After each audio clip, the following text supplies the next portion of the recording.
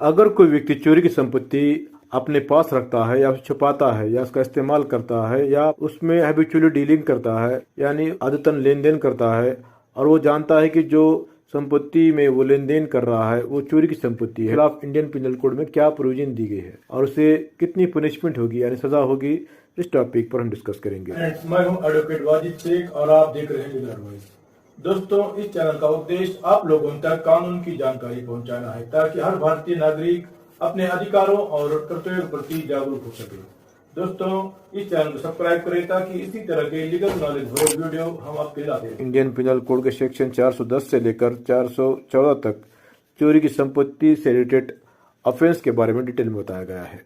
Indian penal code के section 410 में stolen property को डिफाइन किया गया है। Stolen property the possession whereof has been transferred by theft or by extortion or by robbery, and property which has been criminally misappropriated or in respect of which criminal breach of trust has been committed is designated as stolen property, whether the transfer has been made or the misappropriation or breach of trust has been committed within or without India।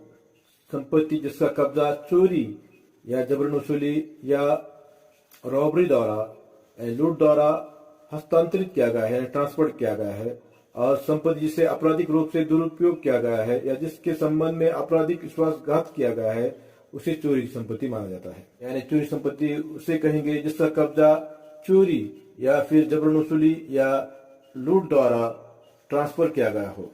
उसी तरह से जिसे आपराधिक रूप से दुरुपयोग किया गया है या जिसके संबंध में आपराधिक विश्वासघात किया गया है उस प्रॉपर्टी को चोरी की संपत्ति माना जाता है।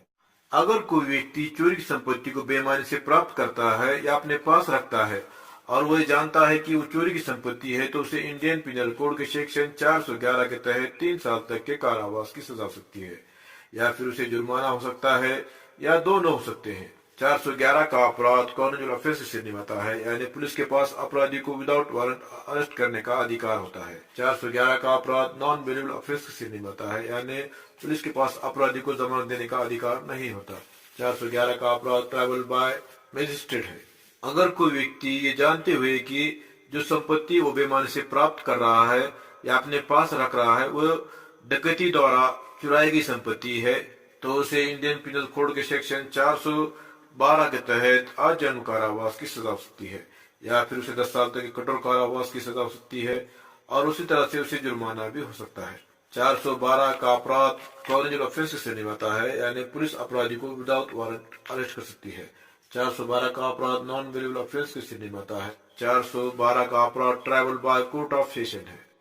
अगर कोई व्यक्ति हैबिचुअली चोरी की संपत्ति में डीलिंग करता है यानी आदतन लेन देन करता है या उसमें बिजनेस करता है तो उसे इंडियन पिनल कोड के सेक्शन 413 के तहत आजीवन कारावास की सजा हो सकती है या फिर उसे 10 साल तक की कठोर कारावास की सजा हो सकती है और उसी तरह से उसे जुर्माना भी हो सकता है।